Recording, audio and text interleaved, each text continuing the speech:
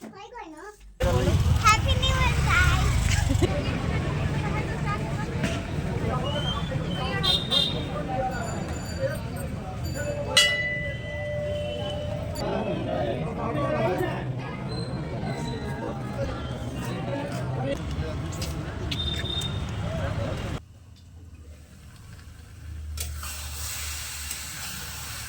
इसको पहना देना। तो हेलो दोस्तों, स्वागत है आप सबका मेरे चैनल कंचन की रसोई में। तो आज है साल का पहला दिन, न्यू ईयर। तो हैप्पी न्यू ईयर आप सबको मेरे तरफ से। तो आज का शुरुआत जो है हमारा मंदिर से हुआ था। तो आज मैं सुबह सुबह उठकर सबसे पहले बच्चों को नहला धुला कर तैयार की और उसके बाद मैं मंदिर जाने के लिए तैयार हुई। तो आप लोगों ने नए साल की शुरुआत कैसे की मुझे ज़रूर बताइएगा। तो यहाँ पे बच्चों को रेडी करने के बाद जो घर का बाकी का काम होता है, झाड़ू पोछा वगैरह, वो सारे मैंने ख़त्म किए और उसके बाद मैं गई मंदिर। तो ये जो बेड है हमारा ना, इसके ऊपर ना डेली डस्ट आ जाता है बाहर से। तो जो गाड़ी वगैरह चलते हैं ना, उससे शायद इस पे डस्ट आता है और उसे मैं हर रोज़ क्लीन करती हूँ। और अगर एक दिन भी आप नहीं करोगे ना तो धूल एकदम सामने मतलब दिखाई देता है, तो अच्छा नहीं लगता है। तो मुझे डेली साफ़ करना पड़ता है। तो फ्रेंड्स, यहाँ पे मैंने झाड़ू पोछा वगैरह सारा कंप्लीट की। और आज का जो समय था ना, वो इतना जल्दी जल्दी भाग रहा था। मतलब ठंड में तो वैसे भी दिन बहुत ज़्यादा छोटा करता है। और जो मंदिर जाने का समय है ना, वो 10 से 11 बजे तक का ही था, क्योंकि 12 बजे मंदिर बंद हो जाती है। और यहाँ से जो मंदिर का रास्ता है वो कम से कम पैदल 15 से 20 मिनट लग ही जाता है। और ऑटो मिलना मुश्किल हो जाता है। मतलब बाई चांस ही ऑटो मिलता है, नहीं तो पैदल ही जाना पड़ता है। तो यहाँ पे मैं बार बार घड़ी देख रही थी और ये देख लीजिए, मैं जैसे ही पोछा लगा कर नहाने के लिए जा रही थी और यहाँ लाइट चली गई। मैं ये वाला सूट पहन रही हूँ, आपको दिखा दे रही हूँ। तो यहाँ पे मैं फटाफट से नहा ली। वैसे मैं फटाफट तो आपको दिखा रही हूँ ना, पूरे आधे घंटे लगे थे मुझे नहाने में और कपड़े धुलने में। और उसके बाद मैं डायरेक्ट छत पे गई, क्योंकि छत पे मैं इसलिए आ जाती हूँ ना नहाने के बाद कि मैं कपड़े भी डाल देती हूँ, साथ ही साथ मुझे थोड़ा सा धूप भी लग जाता है। और ठंड में इतनी ज़्यादा, मैं आपको क्या ही बताऊँ, बिहार का ठंड का अंदाज़ा भी नहीं लगा सकते हैं आप। 7 से 8 बजे तक तो यहाँ पे कुछ भी दिखाई नहीं देता है। मतलब इतना ज़्यादा ओस गिरता है। यहाँ पे मैंने बच्चों को कहा था कि छत पे ही रहना, कहीं जाना मत धूप में, क्योंकि इतना ठंड में मैंने इन लोग को भी नहला दिया था। और यहाँ पे मैंने थोड़े से चावल जो थे ना, धुल के धूप में सूखने के लिए रखे थे। चावल का मैं आटा बनाऊंगी, जो मुझे कुकिंग में ज़्यादा काम आते हैं। तो इसीलिए मैंने उसे धूप में डाला हुआ था। और उसके बाद मैं वापस से नीचे आ गई और लाइट कटी हुई थी, जिसके कारण मैं बाहर ही रेडी हो रही थी और मुझे कुछ भी कमरे में ठीक से दिखाई नहीं दे रहा था। साथ ही साथ मैं घड़ी भी देख रही थी, क्योंकि टाइम हो चला था। अगर मैं थोड़ा भी लेट करती ना तो मंदिर बंद हो जाता। तो इसीलिए मुझे 11 बजे यहाँ से निकलना ज़रूरी था। तो यहाँ पे फटाफट से मैंने थोड़े बहुत साज और श्रृंगार किए और मैं तैयार हो गई। फिर ये स्टॉल लिया है मैंने स्वेटर नहीं पहना आज, क्योंकि बाहर में धूप निकल गए थे, तो मुझे स्वेटर की ज़रूरत नहीं थी। उसके बाद मैं बच्चों को लेकर निकल गई मंदिर के लिए। तो फ्रेंड्स, आज नए साल की शुरुआत जो हमारी है ना, ये हाँ मंदिर से हुई है। मैंने सोचा कि क्यों ना आज मैं मंदिर चली जाऊं और कुछ करूं या ना करूं। और बच्चों की एक्साइटमेंट देख रहे हैं आप। मतलब मैं हर रोज़ बाहर जाती हूँ तो इन लोगों को नहीं लेके जाती हूँ। तो आज मैं जब इन लोग को लेके जा रही थी ना, तो ये लोग काफ़ी खुश थे। मुझे लगा कि मैं अपने साथ साथ इन दोनों को भी ले जाऊँ, ये लोग भी थोड़ा सा घूम लेंगे और हमारा यही नया साल होगा। तो यहाँ पे मैं बच्चों को लेके निकल गई थी। और यहाँ से जो मंदिर का रास्ता है ना, वो अगर मैं पैदल बता दूँ तो 15 से 20 मिनट लगते हैं। लेकिन अगर हम लोगों को ऑटो मिल जाता ना तो 5 मिनट में ही पहुँच जाते। Happy new year guys.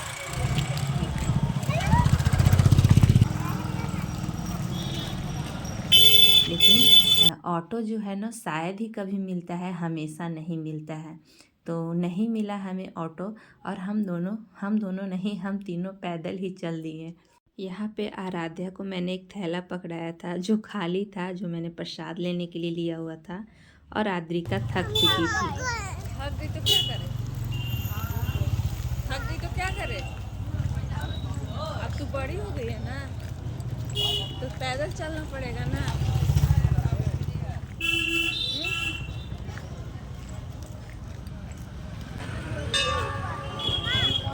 तो फाइनली दोस्तों हम लोग 15 मिनट का रास्ता तय करते हुए मंदिर पहुंच गए, और मंदिर में बहुत ही ज़्यादा भीड़ थी, आप देख सकते हैं। यहाँ पे प्रसाद लेना भी काफ़ी मुश्किल लग रहा था, इतनी ज़्यादा भीड़ थी। मैंने बच्चों से कहा कि वो साइड में खड़े रहे और मैं प्रसाद लेकर आती हूँ।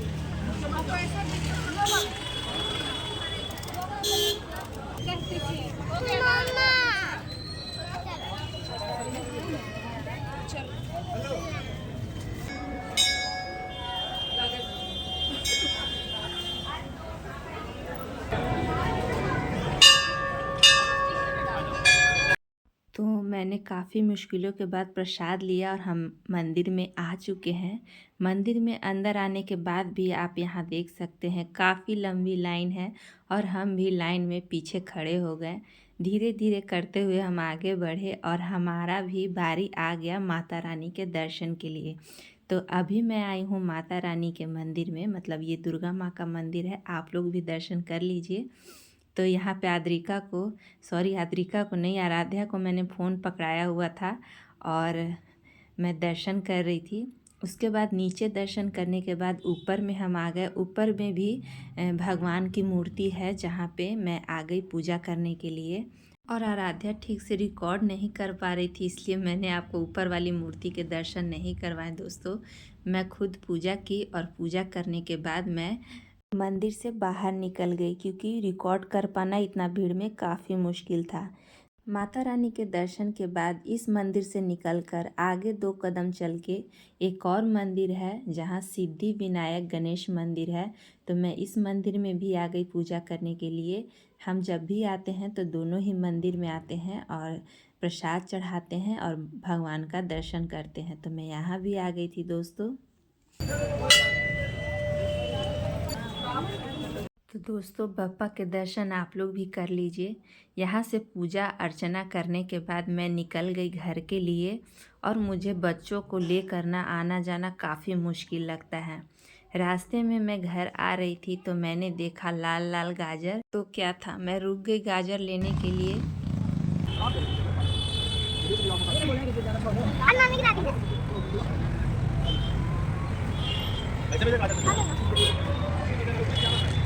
तो गाजर 25 रुपये केजी था, तो गाजर वाले भैया ने बोला कि 60 रुपया में वो मुझे 2.5 केजी गाजर देंगे।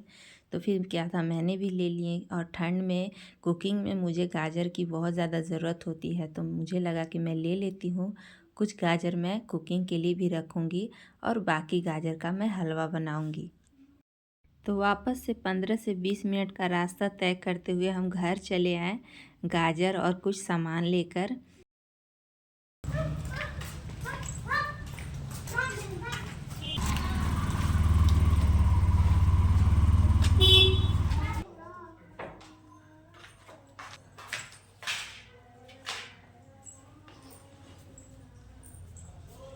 तो फाइनली दोस्तों हम घर वापस लौट आए, और हम गए थे यहाँ से 11 बजे, और वापस आने में 12:30 पौने 1 बज गया था। कुछ ऐसे ही टाइम हो रहा था। और मैंने आपको बताया नहीं था कि मैं जब यहाँ से गई थी टाइम नहीं था, और लाइट भी कटी हुई थी, जिसके कारण मैं घर पे पूजा नहीं कर पाई थी। तो अब मैं सबसे पहले घर पे पूजा करूँगी, क्योंकि वैसे तो मैं घर पे पूजा करके ही जाती, लेकिन लाइट नहीं था, इसी कारण मैंने नहीं की थी। सबसे पहले सूर्य भगवान को जल चढ़ाया, जो कि भगवान जी की जो दिशा थी वो चेंज हो गई थी, मतलब पूर्व से वो पश्चिम की ओर चले गए थे। आज इतना लेट हो चुका था।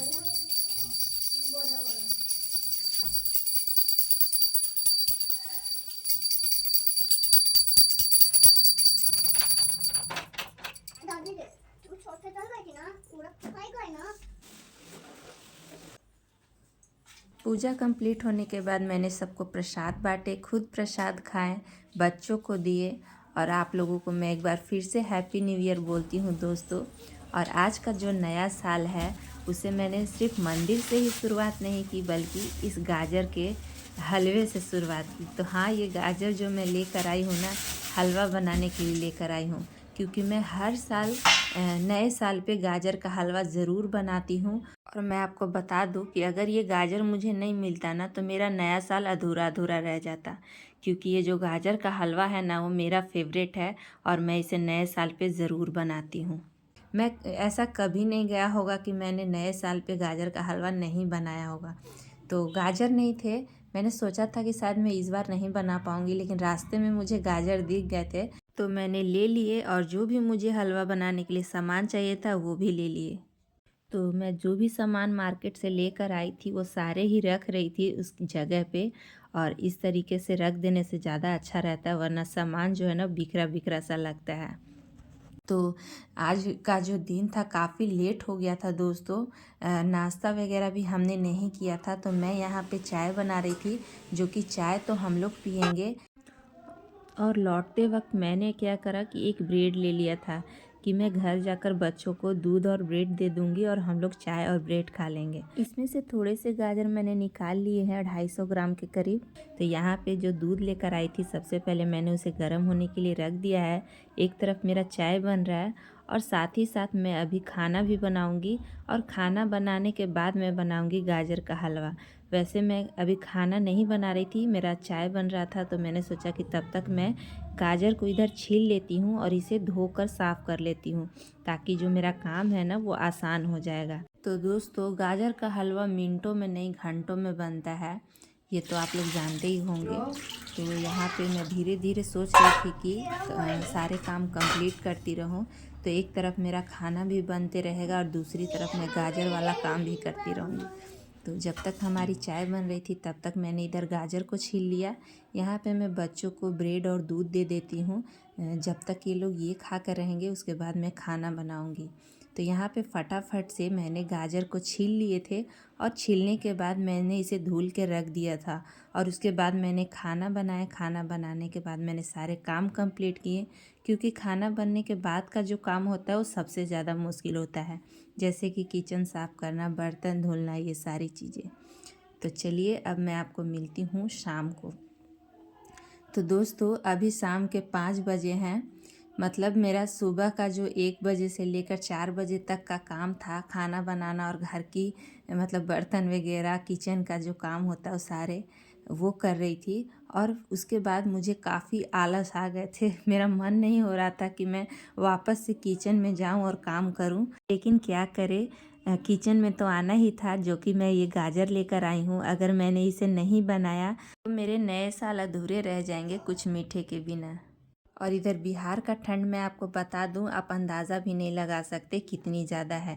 सुबह और शाम दोनों टाइम ऐसा हो जाता है ना कि कंबल से बाहर निकलना मुश्किल हो जाता है, और मैं कंबल से बाहर निकल कर आई हूँ इस गाजर के हलवे को बनाने। तो मैंने अपने सारे आलस को त्याग दिए और मैं किचन में आ गई। लेकिन जब किचन में आई ना तो मैंने देखा कि गाजर को तो मैंने धुल के फ्रेश करके रखे हुए थे। अब इसे मैं ग्रेट कैसे करूँ, क्योंकि ग्रेट तो मैं कर लूँगी और मुश्किल नहीं है, लेकिन टाइम बहुत ज़्यादा लग जाएगा और रात के 8 या 9 बज जाएंगे, तो मेरा पूरा टाइम ही ख़त्म हो जाएगा। तो मैंने क्या करा ना कि छोटे छोटे टुकड़ों में इस तरीके से कट करके मैंने इसे ग्राइंड करके बनाया। तो इस बार मैंने सोचा क्यों ना मैं इस तरीके से एक बार बना कर ट्राई करूं कि कैसा बनता है। वैसे मेरा मन तो नहीं हो रहा था, लेकिन फिर भी मैंने सोचा कि चलो एक बार ट्राई कर लेते हैं। अच्छे या ख़राब का पता तो बनाने के बाद ही पता चलता है ना। तो मैंने क्या करा कि इसे पल्स मोड पे ना थोड़ा थोड़ा चला कर ग्राइंड कर लिया, मतलब इसे ज़्यादा बारीकी से नहीं चलाया है मैंने। और इस तरीके से सारे गाजर को मैंने मिक्सर में ही चॉप करके रख दिया।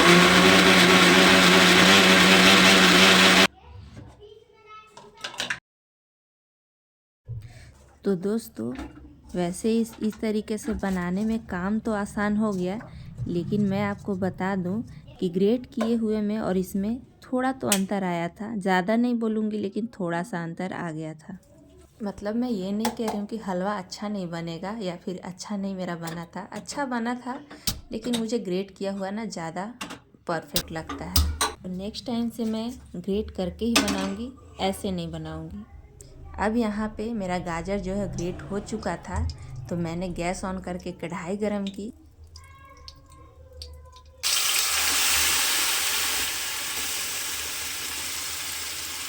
कढ़ाई में मैंने ज़्यादा नहीं, थोड़ा सा घी डाला है पहले, बाकी का घी मैं बाद में डालूंगी। उसके बाद ग्रेट किए हुए या चॉप किए हुए जो गाजर थे मैंने उसे डाल दिए हैं। अब मैं इसे लो टू मीडियम फ्लेम पे धीरे धीरे भूनूंगी।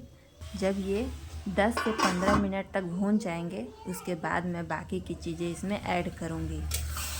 तो यहाँ पे आप मुझे देख के अंदाज़ा लगा सकते होंगे कि मैं कितनी ज़्यादा थकी हुई हूँ, क्योंकि 1 जनवरी जो था मेरे लिए अच्छा तो था लेकिन बहुत ही ज़्यादा काम पड़ गया और मैं बहुत ही ज़्यादा थक गई थी।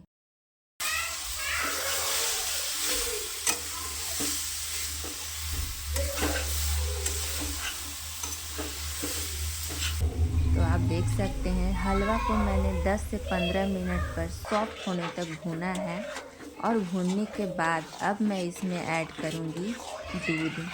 तो यहाँ पे मैंने 2 केजी गाजर में 1 लीटर दूध का यूज़ किया है।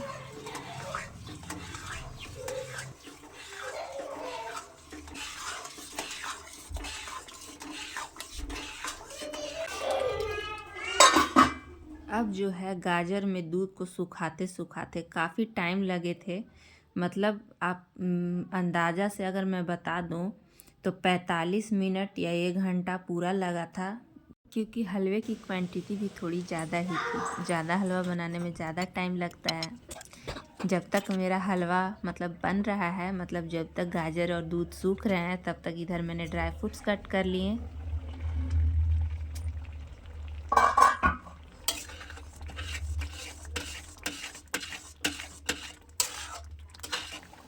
अब मैं यहीं पे चीनी डाल दूंगी। यहाँ पे 1 कप चीनी डाला है मैंने, क्योंकि हम ज़्यादा मीठा खाते हैं।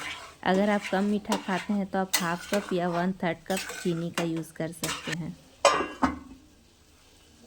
चीनी डालने के बाद जब चीनी मेल्ट होता है ना, तो गाजर से और भी ज़्यादा मॉइस्चर रिलीज़ होता है और इससे सूखने में टाइम लगेगा। तो मैंने साथ में ही चीनी ऐड कर दी है ताकि वो जल्दी जल्दी सूख जाए। इधर दूसरी तरफ मैंने एक तड़के पैन में ना थोड़ा सा घी लेकर ड्राई फ्रूट्स को थोड़ा रोस्ट कर लिया। इस तरीके से रोस्ट कर लेने से ना अच्छा टेस्ट देता है। वैसे आप चाहे तो बिना रोस्ट किए भी डाल सकते हैं। किशमिश को मैंने बाद में रोस्ट किया क्योंकि ये बहुत ही जल्दी भून जाते हैं, तो एक साथ मत डालिएगा। तो यहाँ पे मैंने घी में हल्का भुना है, इसे ज़्यादा नहीं भूनना है, मतलब एकदम लाल नहीं करना है। और उसके बाद तुरंत ही हम इसे हलवे में ऐड कर देंगे। तो आप देख सकते हैं जो हलवा का टेक्सचर है, मैंने इसमें ड्राई फ्रूट्स को डाल दिए हैं। घी भी हम साथ में ही डाल देंगे और उसके बाद हम इसे चला लेंगे और इसे सूखने में अभी और भी टाइम लगेगा। अगर मैं यहाँ पे फ्लेम को हाई करके इसे सुखाऊंगी ना, तो जो हलवे में से मतलब छींटे हैं ना वो काफ़ी उड़ते हैं। तो बहुत ही केयरफुली इसे बनाना पड़ता है कि कहीं छींटे आपके ऊपर ना पड़ जाए। तो मुझ पे तो बहुत ही ज़्यादा दिक्कत हो रही थी, आप देख सकते हैं। मैं दूर हट के इसे चला रही थी और ये जैसे जैसे सूखते जाएंगे ना, इसके छींटे और भी ज़्यादा उड़ते हैं। तो लास्ट में हम यहाँ पे क्या करेंगे ना कि मावा या खोआ, आप जो भी इसे बोलते हैं, ये डाल देंगे। तो मैंने यहाँ पे 250 ग्राम खोआ लिया है। यहाँ पे इसे खोआ ही कहते हैं। कोलकाता में मैं रहती थी तो वहाँ पे मावा कहा जाता है, लेकिन जब मैं इसे मावा कह के मांग रही थी दुकानदार से ना, तो वो समझ नहीं रहा था। जब मैंने खोआ बोला तब वो समझा। तो मैंने यहाँ पे 250 ग्राम खोआ का यूज़ किया है। तो मैंने सारे ही डाल दिए। इसे भी हम चला लेंगे। तो इसे लास्ट में ही डालिएगा जब आपका हलवा जो है ना, मतलब पूरा तरीके से सूख जाएगा तब। तो यहाँ पे मैंने इसे भी डालकर अच्छे से चला लिए और हलवा जो है हमारा ऑलमोस्ट रेडी ही है। बस थोड़े से और हम इसे सुखाने तक पकाएंगे। तो दोस्तों, हलवा बनाते बनाते रात के 9 बज गए थे। हालांकि हलवा बनाने में इतना टाइम तो नहीं लगता क्योंकि मैं 5 बजे से बना रही हूँ, लेकिन मुझे बनाने के साथ साथ शूट भी करना रहता है। बहुत ही मुश्किल होता है, मतलब शूट करना और कुकिंग करना इतना आसान नहीं है। तो इसीलिए रात के 9 बज गए थे और मेरा आज का पूरा दिन जो था ना वो किचन में ही गया। और उसके बाद देखिए यहाँ पे मैंने लास्ट में जब हलवा पूरी तरीके से सूख चुका था ना, तो मैंने इसमें घी ऐड किए। वैसे मैंने घी पहले भी ऐड किए थे, लेकिन मेरा कैमरा बंद था तो मैं आपको दिखा नहीं पाई। तो मुझे आपको दिखाने के लिए थोड़ा सा वापस से घी डालना पड़ा। तो मैंने यहाँ पे घी डाल दिए हैं और हलवा जो है हमारा बन के तैयार है। आप देख सकते हैं ये पूरी तरीके से सूख चुका है। और यहाँ पे इसका टेक्सचर आप देख सकते हैं, हलवे का जो टेक्सचर है ना, बिल्कुल ऐसा ही होना चाहिए। और काफ़ी मेहनत के बाद मेरा गाजर का हलवा बन के तैयार है, जो कि मेरा सबसे फेवरेट है। जब ये बन रहा था ना, तो मुझे लग रहा था कि कब ये बनेगा और मैं खाऊंगी। दोस्तों, घी आप इसमें अपने अनुसार डाल सकते हैं, जितना आपको घी खाना पसंद है। वैसे हलवा में जितना घी डलाएगा उतना ही टेस्टी बनेगा। और लास्ट में इलायची पाउडर डाल दीजिएगा इसके टेस्ट को बढ़ाने के लिए। यहाँ पे गैस को मैंने बंद कर दिया है, मेरा हलवा बन के तैयार है। अब चलिए मैं चलती हूँ इसे सर्व करने। और इस हलवे को देख कर ना मुझसे तो बिल्कुल भी रुका नहीं जा रहा है, क्योंकि गाजर का हलवा मेरा फेवरेट है और मुझे साल में सिर्फ एक बार ही मिलते हैं। और सच पूछिए ना तो मैं इसे एक बार ही बनाती हूँ, मतलब 2 से 3 बार कई लोग बनाते हैं, मैं नहीं बनाती, मैं एक बार ही बनाती हूँ। क्योंकि इसे बनाना मुझे बहुत मुश्किल लगता है और एक बार में ही मुझे जितना बनाना होता है ना मैं बना लेती हूँ। मतलब क्वांटिटी भी आप इसकी देख सकते हैं। मैंने 2 केजी गाजर का हलवा बनाया है, ताकि मैं इसे 2 से 3 दिन या 4-5 दिन, जितना दिन ये चले, मैं खाऊंगी आराम से और हलवे का मज़ा लूँगी। तो दोस्तों, मेरे गाजर के हलवे की रेसिपी आप लोगों को कैसी लगी कमेंट्स बॉक्स में ज़रूर बताइएगा। और मेरा आज का ब्लॉग आप लोगों को कैसा लगा, नए साल में आप लोगों ने क्या क्या किया, मुझे वो भी बताइएगा। तो आप मेरे हलवे को देख सकते हैं, मुझे पता है आपके मुंह में भी पानी आ रहा होगा। तो आप लोग भी बनाइए और खाइए और इन्जॉय कीजिए। तो मैं तो चली अपने गाजर के हलवे का मज़ा लेने और अपना न्यू ईयर मनाने। आप लोगों ने अपने नए साल को कैसे मनाया ज़रूर से बताइएगा। और आप लोग भी नए साल में खुश रहिए, मस्त रहिए। और यहाँ पे देखिए, आज जो मैंने बनाया था, मतलब अपने खाने में, मतलब नए साल में मैंने जो बनाया था वो आपको दिखा रही हूँ। वेज पुलाव, छोले, मटर पनीर, पूड़ी और ये मीठे में गाजर का हलवा। तो कैसी लगी मेरी आज की ये रेसिपी दोस्तों? अगर अच्छी लगी हो तो लाइक शेयर कर दीजिएगा। यहाँ पे मैं आराध्या को सबसे पहले गाजर का हलवा चखा रही थी, क्योंकि वो गाजर का हलवा खाती नहीं है, लेकिन मैं उसे चखा रही थी। उसे भी पसंद आया था और उसने भी खाना आज से ही शुरू कर दिया। मिलती हूँ दोस्तों नेक्स्ट ब्लॉग में, तब तक के लिए बाय बाय, टेक केयर।